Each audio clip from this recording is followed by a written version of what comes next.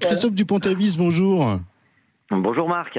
Alors, pour vous, est-ce que le modèle de l'agence à papa, il est fini aussi? Alors déjà, avant de rentrer dans ce débat, je pense qu'il faut remettre un peu les chiffres au milieu du village. Plus de 80% des transactions sont réalisées avec un intermédiaire. Et en très grande majorité, c'est un agent immobilier. Et ces parts de marché sont en constante augmentation. Et donc on peut se demander pourquoi. Et je pense que c'est parce que l'enjeu est tellement important qu'il est de très bonne gestion de se faire accompagner. Alors évidemment, vous allez me dire qu'on peut vendre tout seul un appartement ou une maison. Bien sûr, eh bien chez moi j'ai des ciseaux, mais je préfère quand même aller chez le coiffeur pour me couper des cheveux parce que c'est un véritable enjeu. Et pour l'IMO, c'est pareil. Je peux vendre un bien tout seul, mais j'ai plus de chances de bien le vendre avec un agent. Donc la question, c'est plutôt quelle tête auront les agences de demain, plutôt que y aura-t-il encore des agents immobiliers demain. Et vous, Philippe David, le coiffeur, ça vous parle, hein? Moi, je le fais tout seul, hein, vous savez, c'est avec une éponge. Corinne Joly. Moi, je crois que je connais un peu votre réponse sur le sujet de l'agent immobilier. On va pas polémiquer et tous défendre notre soupe, mais je pense qu'il y a un vrai sujet sur le coût. Les prix d'achat ont énormément augmenté et les commissions n'ont pas baissé d'autant. Donc pourquoi, quand les prix doublent, les commissions doublent, alors que le travail est le même? Ça n'a pas l'air très juste, et il y a une étude récente qui montre que 71% des Français trouvent les frais d'agence trop chers.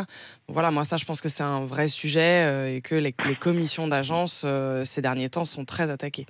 Stéphane, depuis quelques semaines, on voit apparaître de nouveaux acteurs. Vous savez, toutes ces nouvelles agences 100% digitales, avec des honoraires réduits ou au forfait. Vous en pensez quoi? Il y a deux questions dans une, le digital et les honoraires. Je ne suis pas spécialement inquiet déjà, bien au contraire. On le sait et on l'a déjà vu dans d'autres domaines d'activité. S'il suffisait de baisser le prix pour disrupter un marché, étant donné la concurrence que vous connaissez, croyez-moi, ça aurait déjà été fait et on s'y serait déjà attaqué. Donc croire que l'immobilier, c'est un secteur qui va être ubérisé, qui se passera à l'expertise terrain, c'est à mon sens une erreur. Je pense que les honoraires, et les nôtres y compris, sont reliés directement à une vraie expertise, à une vraie compétence supplémentaire qui permet de mener à bien un projet sans accroc. C'est ce qu'on vient chercher chez nous, la sécurité. Et c'est ce qu'a dit d'ailleurs Christophe, et très bien. Malgré tout, je dénigre pas du tout les nouveaux acteurs. Je pense qu'il y a de toute façon des clients qui ne peuvent pas payer ou qui ne veulent pas payer. Pour certains clients, aujourd'hui, qui cherchent un accompagnement réduit ou spécifique, toutes ces solutions seront adaptées. Chez Guy Hockey, nous, on a clairement pris notre position. Notre volonté est d'être en mesure de répondre à toutes les demandes, tous les projets avec des collaborateurs capés. Et cela a forcément un coût, ce que le client est prêt à payer. C'est assez paradoxal. Je voudrais dire ça. C'est assez paradoxal, cette situation de ressenti sur laquelle je suis d'accord avec Corinne, dans l'inconscient des Français sur l'agent immobilier. Ils sont 7 sur 10 malgré tout à vouloir nous recommander. Et Christophe a très très bien dit, depuis 20 ans, la part des marchés des pros est passée de 40 à plus de 80%. Aujourd'hui, je suis mandataire ou agent immobilier, mais par un intermédiaire. Je pense que tout ça doit cohabiter, c'est-à-dire que ça va cohabiter et ça va trouver son marché. Je ne pense pas que ça s'oppose. Et la réalité des chiffres qui s'imposent à nous aujourd'hui, elle dit que les honoraires ne sont pas un frein. Les clients qui veulent payer un service et un résultat. Et je pose la question à Corinne, 690 balles pour un coaching, une annonce, une visite, est-ce que vous proposez? Est-ce que ça garantit la vente ou pas? Parce que la réalité, justement, on va lui faire répondre à votre question, Stéphane. Corinne, on vous écoute. Alors nous, j'ai déjà présenté le service. On a créé effectivement un service de coaching IMO pour les particuliers qui ont besoin d'être accompagnés, parce que c'est vrai que certains ont besoin d'un accompagnement et ne sont pas forcément prêts à tout faire tout seul. Ça comprend une estimation du prix de vente, parce que ça, c'est souvent l'une des premières questions qui se posent. Ensuite, on va faire réaliser les photos professionnelles et une visite virtuelle. On crée l'annonce. On fait le filtrage des acquéreurs, c'est-à-dire que les acquéreurs ne contactent pas directement le vendeur, mais ils nous contactent d'abord nous et on vérifie que le projet est solide.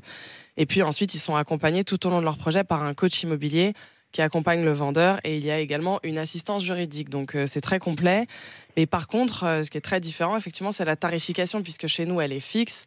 Elle est de 690 € et c'est indépendant du prix du bien. Et effectivement, elle est payée en amont. Donc voilà, c'est une solution pour ceux qui souhaitent être accompagnés dans leur vente, mais sans payer de commission. Stéphane, je vous ferai répondre tout à l'heure. Christophe Dupont-Avis, les Français se méfient quand même un peu, on a l'impression en tout cas qu'ils se méfient des intermédiaires. Vous pensez qu'ils se trompent? Alors je pense qu'ils ont tort, alors ils se méfient tous les intermédiaires. Mais en ce qui concerne les agents immobiliers, ils se trompent, je pense, car les agents immobiliers ont un super pouvoir. Ils connaissent les prix localement, les clients et les acheteurs localement, et en plus, ils savent négocier localement. Et donc, le service d'agent immobilier, c'est un service d'expertise locale, de terrain et d'humain, et ça traite un enjeu patrimonial très important. Donc, je pense qu'il faut s'adapter. Et les commissions, en fait, sont la rémunération d'un juste service. Donc, Christophe, on va en reparler avec Stéphane tout à l'heure, mais j'avais juste une petite question à vous poser sur vous avez vu tous ces centaines de startups qui sont arrivées pour dépoussiérer un peu le milieu de l'IMO. Est-ce que parmi elles, vous en avez trouvé une qui propose aujourd'hui un service vraiment révolutionnaire ?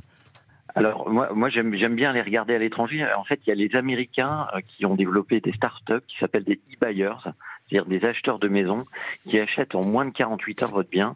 Alors bien sûr avec une petite décote sur le prix.